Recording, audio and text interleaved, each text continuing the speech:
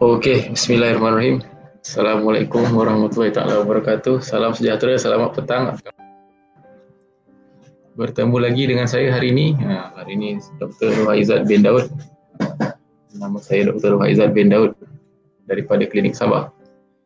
Perkara saya ialah membantu kaum lelaki dewasa dan kanak-kanak untuk bersunat dengan selesa, cepat dan selamat bagi mendapatkan burung yang sihat, bersih dan menjadi idaman wanita.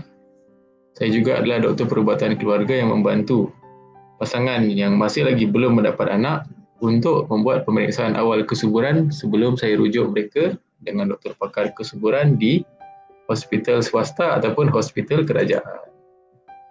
Kawan Dania dah masuk sama. Okay, apa khabar? Assalamualaikum. Terima kasih kerana bersama-sama dengan saya. Jadi petang ni saya merancang untuk menyebut seorang tetamu yang jauh daripada Semenanjung Tanah Melayu. Isha Americano, selamat petang. Tolong like, tolong share, tolong love, tolong tag kawan-kawan. Kasih love, like banyak-banyak dekat situ supaya semua orang tahu petang ni kita bersiaran lambat sikit sebab Dr. Khairul Zana ni yang saya kontak minggu lepas, dia cakap mula-mula sepatutnya hari Jumaat minggu lepas, tapi rupa-rupanya Jumaat minggu lepas cuti kan, jadi dia bawa ke Jumaat hari inilah. Jadi insyaAllah sekejap lagi kita akan bersama-sama dengan dia lah. Jadi yang mana kita akan membincangkan topik tentang masalah tahi telinga ni. Masalah tahi telinga. Siapa dekat sini yang first time yang dengar saya punya live petang ni? Cuba komen dulu. First time. Sebelum kita jemput dia masuk. Sebab yang first time selalunya mesti tak tahu kan? Tak tahulah kalau anda tahu tentang kita punya tahi telinga. Sebenarnya tahi telinga kita ni ada fungsi yang mana Tuhan jadikan tahi telinga ni special untuk elakkan daripada telinga kita ni dimasuki oleh serangga. Itu dia punya basic dia. Jadi saya nak tengok Mas Tifa. Okey. Assalamualaikum, salam. Apa khabar? Cuba komen-komen dulu tengok siapa yang first time sini. Cuba komen. InsyaAllah sekejap lagi kita akan dapatkan Dr. Zana. Dr. Zana ni saya kenal dia daripada tahun 2010 lah, 2010. Kawan-kawan sewaktu kita doktor kan, sama-sama doktor. Jadi kita membantu ramai orang untuk meningkatkan lagi dia orang punya kesihatan. Jadi daripada situlah saya kenal dengan dia sampai sekarang. Cuma kami memang dah lama tak berkontak. Bila saya rasa topik ni sesuai untuk dibincangkan, maka saya teringat dia dan saya pun nak jemput dia masuklah. Sekejap, kita WhatsApp dulu dia.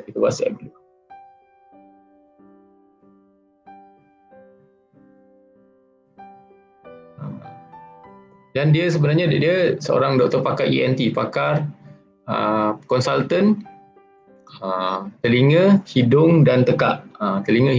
ENT yang bertugas di Pantai Hospital Ampang. Pantai Hospital Ampang ni dia hospital swasta lah. Jadi apa yang pakar ENT ni buat ialah dia orang akan tengok telinga, dia orang akan tengok hidung dan dia orang akan tengok tekak. Sebab kalau katakan di sini apa yang kita buat ialah kita hanya bantu untuk secara basic iaitu kita cuci tahi telinga, kita rawat jangkitan-jangkitan yang biasa. Kalau ada masalah sakit tekak kita boleh tengok. Tetapi kami ada limitasi, iaitu limitasi di mana kita tak ada cukup equipment untuk buat skop, endoskop, maksudnya kita tak boleh nak tengok masuk ke dalam hidung. Kita juga tak boleh nak skop dalam tekak, tak boleh. Telinga pun kita memang ada mesin yang boleh ambil gambar lah. Yang itu dia orang pun ada, tapi dia orang punya dan jauh lebih canggih. Tapi kita punya yang kecil, walaupun kecil tapi kita boleh ambil gambar, ambil video. Dan saya sebelum ni saya pernah share kan gambar-gambar tahi telinga, gambar-gambar jangkitan, gambar-gambar kulat. Jadi itu semua adalah daripada mesin yang ya kita punya device lah. Mesin dia macam ni. Begini je. Dia ada lampu. Dia ada lampu. Bila ada lampu tu kita akan ambil gambar. Dok dah masuk tapi macam sengit. Cuba terbalikkan dia. Terpusingkan. Bukan, macam tu lagi sekali. Tak boleh, sengit. Okey. Pusing lagi satu. Pusing. Yes, correct. Okey, anda semua dah sedia ke ni? Okey, turunkan sikit. Okey, cantik. Jadi saya rasa dia pun sudah ada di talian. Saya cakap dengan dia, boleh nampak dekat sini kan. Jadi terima kasih kepada dia, Dr. Zana, kerana meluangkan masa dia. Meluangkan masa dia untuk berkongsi dengan kita pasal tahi telinga ni. Sebab ramai betul yang tanya pasal tahi telinga ni. Betul ke kena korek selalu? Betul ke kena cuci selalu? Betul ke tahi telinga ni kotor? Jadi hari ni kita boleh berbincang dengan dia. Anda boleh sediakan soalan lah. Kalau katakan nak tanya nanti, tulis dekat situ, kita highlight dia punya soalan. Okey? Jadi kita akan jemput Dr. Zana masuk. Assalamualaikum, Dok. Waalaikumsalam. Selamat petang. Selamat petang. Boleh dengar Boleh. Selamat berpuasa. Selamat berpuasa sama-sama. Kita dah tak berbuka dah ni. Jadi yang bukan Muslim duduk rumah. Terima kasih Dr. Zana. Ya, saya. Kerana bersama-sama dengan kita. Sebelum kita teruskan, cuba Dr. Zana perkenalkan diri dululah dengan kita punya follower ni. Okey, alright. Nama saya Dr. Karizana Barudin. Saya pakar ENT di Hospital Pantai Ampang. Jauh dari you all di Sabah ke? Ada follower luar Sabah? Ada juga follower kami daripada Semenanjung. Okey, alright. Okay. Ni dah Jumaat petang ni. Jumaat petang. Okey, doktor. Petang ni kita nak discuss pasal tahi telinga ni. Cuba doktor terangkan sikit. Apa benda sebenarnya tahi telinga ni? Adakah dia benda ni yang normal? Begitu. Okey, alright. Tahi telinga ni sebenarnya normal ya. Sebab kalau kita perhatikan di telinga kita, daripada cuping sampai ke telinga luar, ada satu saluran ya, telinga luar, dan 1/3 daripada saluran telinga luar kita memang ada tahi telinga ya. Tapi sebenarnya dia bukan tahi. Bukan najis. Dia bukan najis. Bukan najis. Okay. Dia sebenarnya specialized sweat gland ya. Dia kelenjar peluh yang specialized. Jadi dia mengeluarkan apa yang kita panggil wax ya, ataupun dalam bahasa Melayu ni tahi telinga ya. Jadi ia adalah perkara yang normal dalam telinga kita. Bahkan ada juga fungsi sebenarnya wax ni, walaupun saintis tak tahu secara sepenuhnya lah fungsi wax. Tapi ia boleh membantu dari segi kalau nak trap hambuk nak perangkap hambuk. Kalau termasuk semut yang kecil-kecil, kalau ada wax tu dia bolehlah perangkap benda asing ya. Malahan banyak juga benda asing, contohnya dalam kanak-kanak yang tersangkut dengan adanya wax kat dalam telinga tu. Jadi seperti yang saya dah bagi tahu tadi, telinga luar kita, saluran telinga kita ada 3 bahagian ya. 1/3 tu dia keluarkan kita punya kelenjar peluh tu lah ya. 2/3 di bahagian dalam sampai ke gegendang, dia bersih. Tak ada langsung kelenjar ni. Jadi dia bersih. Jadi kalau saya nampak bila kita check kan Raizat, bila kita check ada tahi telinga dekat gegendang, maknanya dia orang dah korek-korek lah tu. Ya. Sama betul. Ada korek dengan besi, dengan pensel, dengan penyepit rambut, apa-apa je lah ya. Cotton penyepit rambut. Penyepit rambut saya kecil-kecil dulu ingat lagi. Saya punya mak selalu korek pakai penyepit rambut. Betul. Ya. Sebab wax ni ada setengah orang dia jenis berminyak. Ya. Jadi sebab dia reflect kepada kita punya kelenjar peluh lah. Kalau kita jenis yang berpeluh kuat, selalunya kelenjar wax kita tu berminyak sikit. Ya. Dan setengah orang dia jenis kering. Jadi yang jenis kering ni selalu orang rasa macam gatal. Tambah lagi selalu korek-korek kan, jadi tu yang tarik telinga tu sampai ke dalam. Jadi dia rasa gatal. Sebab sepatutnya kita tak rasa apa-apa sebab dia tak sampai ke gegendang. Bila sampai ke gegendang telinga tu yang rasa gatal, kadang-kadang sakit. Jadi memang tidak digalakkan untuk kita rajin korek telinga setiap kali lepas mandi lah, maksud dia begitu? Tak perlu. Dia akan bersih sendiri. Jadi cara dia bersih sendiri sebenarnya pergerakan kulit kita. Kulit baru akan tumbuh dari dalam. Kalau ada satu kajian, kalau kita letak dakwat dekat dengan kulit berdekatan gegendang telinga, nanti dah lama kita akan nampak dakwat ni dah dekat keluar daripada telinga. Jadi maknanya kulit baru akan tumbuh, dia akan tolak tak telinga tu kat luar. Jadi memang sentiasa nampak je lah, ada je lah tak telinga kat luar tu. Jadi kalau tak selesa boleh lap dengan tisu sudah. Jangan guna benda-benda besi dan juga apa-apa benda lain lah. Kalau nak keluarkan juga boleh beli macam minyak lah, minyak, apa-apa jenis minyak. Yang ini yang untuk cairkan wax. Yang selalu kita bagi di serumol lah. Ya, serumol, serumen, banyaklah. Ada yang pakai air macam garam kan, sodium bicarbonate. Tapi selalu saya showkan minyak lah. Kat rumah ada Johnson Baby Oil pun boleh. Johnson Baby Oil pun boleh ya? Ya, boleh. Johnson Baby Oil pun boleh. It's quite safe.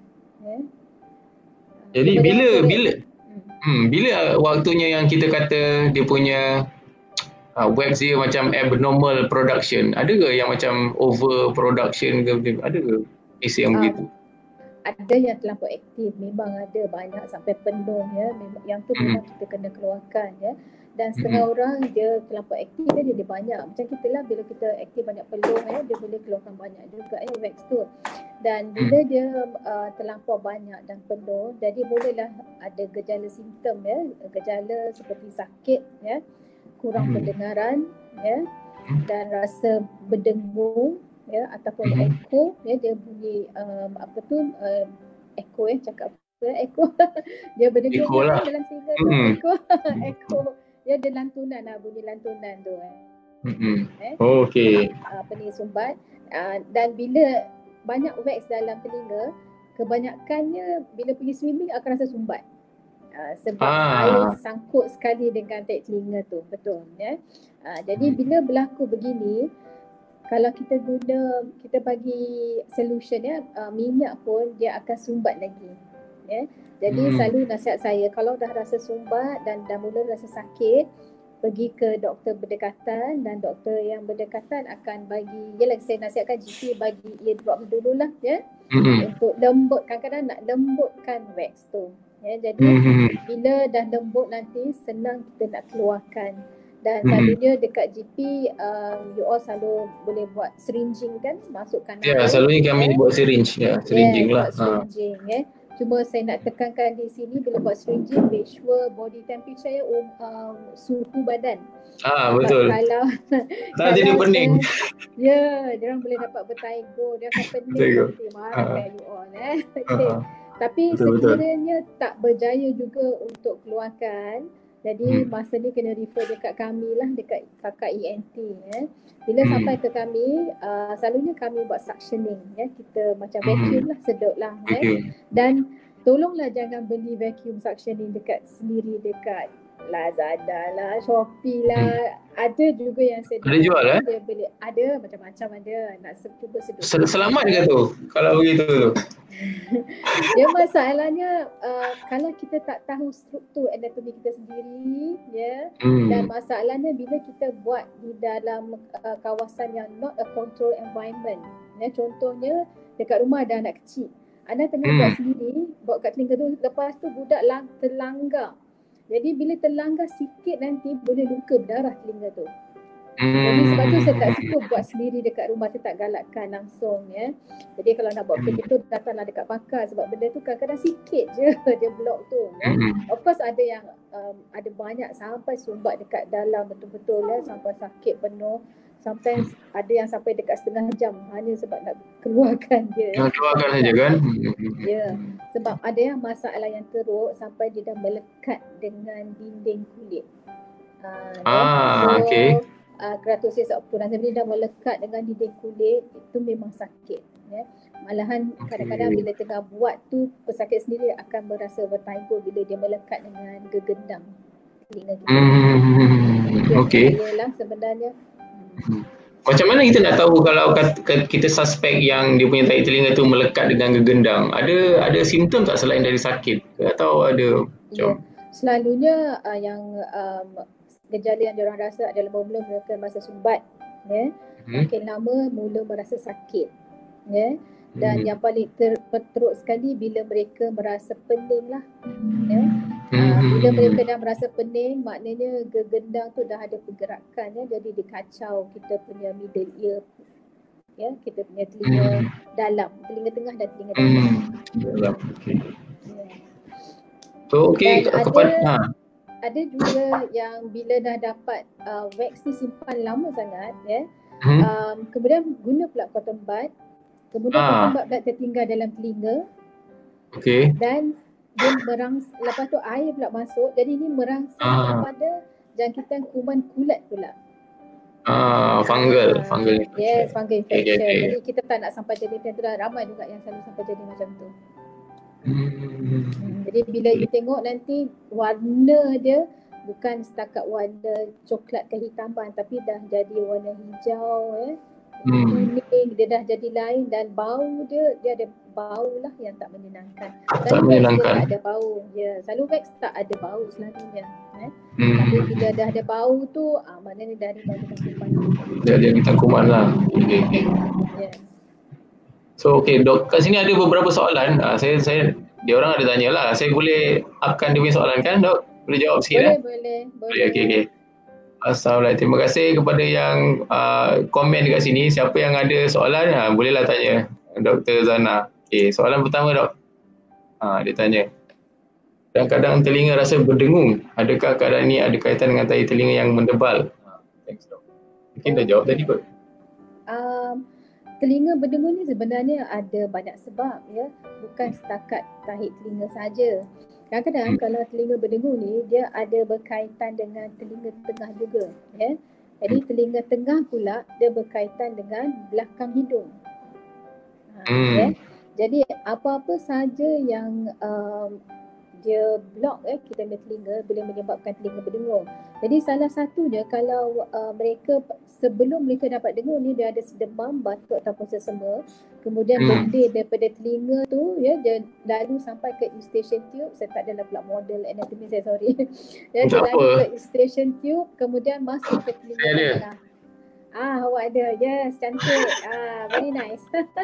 Ya, you boleh nampak, you boleh tunjuk dari eustachian tube. Eustachian sini kan. Itu daripada hidung, ya, daripada belakang hidung, lendir, hingus tu. Especially kalau siapa yang suka buat projek, hembus kuat-kuat, ya. Dia kalau turun kat tekak, dia turun ke belakang telinga lah. Dia keluar ke belakang telinga. Jadi dari belakang telinga tu ke telinga tengah. Jadi bila dia sumbat telinga tengah, memang boleh menyebabkan berdengung telinga. Ya. Dan juga, betul, ya. Dan juga seperti macam pressure bila turun kapal terbang lah, berdengung tu kadang-kadang, ya, boleh sakit telinga juga. Ya. Dan kadang-kadang juga ia tanda awal hilang pendengaran, ya.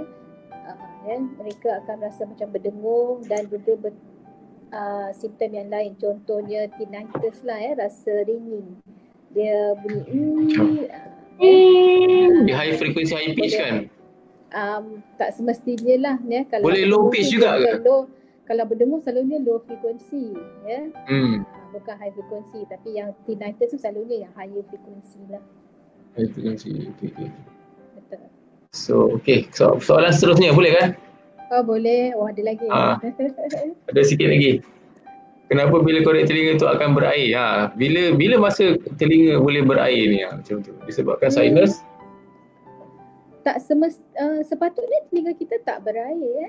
Unless kalau dia, melainkan kalau dia bersihkan cotton bud selepas dia mandi, ya, mungkin boleh rasa berair. Tetapi sekiranya dia rasa macam ada berair, terutamanya lendir, ya, berlendir. Kalau berlendir, maknanya ada masalah lah daripada gegendang, ya. Mungkin gegendang dia bocor, ya, ada hingus daripada daripada hidung yang telah sampai ke telinga. Jadi sebenarnya telinga kita tak sepatutnya berair, dia sepatutnya kering. Kering ataupun berminyak. Tak sepatutnya berair. Betul. Maksudnya kalau berair tu kita suspek dia mungkin ada jangkitan lah kan? Ada jangkitan, ya. Kalau dia tanya tentang masalah sinus, boleh. Kalau dia ada masalah sinus, maknanya hingus dia sentiasa berterusan. Dia ada kita panggil post nasal drip, dan dia tu turun ke belakang tekak sampai ke telinga, sampai menyebabkan ada gegenap bocor dan dia keluar dekat telinga. Jadi selalu kita tengok ni dekat budak-budak kan, kanak-kanak, otitis media, sesama, kemudian otitis media, jangkitan telinga tengah, kemudian mereka akan sakit, menangis, menjerit-jerit, sekali rupanya ada lendir kat telinga. Jadi sebelum lendir tu keluar, pecah gegenap tu, masa tu mereka sakit sangat-sangat. Sampai pecah, bila dah pecah tu lega lah sebab dah tak ada pressure kan. Tapi kesian lendir lah keluar. So okay, saya rasa tu je 2 soalan. Saya tak tahu kalau ada soalan lain. Sekejap saya check dulu dok. Okay, tak ada. Ada? Tak ada lagi tak? Ini soalan you je. Alright. So okay, sebelum kita berakhir, kita dah lepas dekat 20-25 minit tadi. Apakah pesanan Dr. Zana untuk kita dapat penjagaan? Macam mana cara penjagaan telinga yang betul? Okey. Telinga kita ni ada anugerah Tuhan, kita kena jaga dengan betul. Kita ada 2 telinga, 1 mulut, dengar dengan baik dan kita diamanatkan untuk menjaga telinga kita. Dan sebenarnya kita tak perlu membersihkan dengan apa juga barang untuk ke dalam telinga. Biarkan saja. Kalau nak bersihkan, sekadar kita bagi yang beragama Islam, sekadar wuduk, setakat mana yang kita capai dengan jari sudah. Dan apa yang kita nak lap pun lap apa yang boleh dicapai dengan jari, itu sudah memadai. Dan sekiranya ada bermasalah, kemudian dapatlah rawatan daripada doktor yang berdekatan dan terusnya kepada doktor pakar sekiranya ada bermasalah. Adakah suggest untuk katakan dia orang ni self medicated, macam contoh ibu dia pergi tengok telinga anak dia, tengok macam banyak tahi telinga, dia tak pergi klinik tapi dia pergi farmasi, dia beli tu yang cair tahi telinga tu, dia bagi dulu. Adakah disuggest itu? Okey, boleh. Kalau dia nampak kotor, cuba bersihkan dengan tisu sahaja, jangan pakai cotton bud. Kalau rasa memang masih banyak lagi, boleh dah belikan, pastikan yang cecair itu adalah cecair untuk telinga, telinga sahaja, bukan untuk jangkitan kuman, bukan antibiotik, bukan antifungal. Make sure dia pastikan dia hanya untuk wax sahaja. Jadi dia akan lembutkan, akan cair dan keluar sendiri insya-Allah. Okey doktor. Terima kasih kerana memberikan masa kepada kami untuk kami sama-sama dapat manfaat. Jadi sebelum kita berpisah, saya nak ucapkan selamat berpuasa. Selamat berbuka puasa. Selamat berbuka puasa juga untuk Raizat dan family dan semua di social media ni. Alright. Okay. Terima kasih Daud. Thank you very much. Assalamualaikum. Okey, terima kasih kepada Dr. Zana kerana telah memberikan feedback yang sangat bagus. Jadi anda semua sekarang sudah faham kan? Apakah cara yang paling betul untuk mencuci telinga? Yang pasti bukan pakai cotton buds, bukan pakai sepit rambut, bukan pakai besi, bukan pakai pensil, bukan pakai kayu. Bukan juga pakai lidi sate. Sebab itu semua boleh membahayakan, malah boleh menyebabkan luka, kecederaan dan juga boleh menyebabkan jangkitan kuman ke dalam telinga. Jadi seperti yang Dr. Zana cakap tadi, di mana saja waktu kita ambil wuduk kan, di mana saja yang kena, itu saja tempat area yang kita boleh cuci, kita boleh bersihkan dengan menggunakan tisu. Itu adalah sudah cukup bagus dan sudah cukup selamat untuk kebanyakan kita. Kalau katakan anda perasan anda punya pasangan atau anda punya adik-beradik atau anda punya anak atau punya ibu bapa, kita tengok telinga nampak macam ada tahi telinga banyak dan dia rasa macam tidak dengar, keras ke, sebenarnya boleh pergi ke farmasi untuk dapatkan eardrops. Dapatkan eardrops supaya kita boleh titiskan dan titis supaya dia punya tahi telinga tu cair, lembut dan dia boleh keluar sendiri. Cuma kalau katakan dia tak keluar habis, mungkin perlu datang ke klinik untuk mendapatkan rawatan. Jadi, okey. Sampai sini sahaja saya punya presentation, kita punya perkongsian pada petang ni. InsyaAllah besok hari 6, hari Minggu, hari Sabtu Ahad, kita tak ada FB Live, tapi insyaAllah saya akan sediakan konten-konten yang berguna untuk anda. Stay home, stay safe. Kita ada lagi 4 hari sebelum kita tamatkan kita punya PKP ni. Betul. Untuk yang beragama Islam, selamat berbuka puasa pada petang ini. InsyaAllah kita jumpa lagi next week. Sekian, Assalamualaikum dan selamat petang.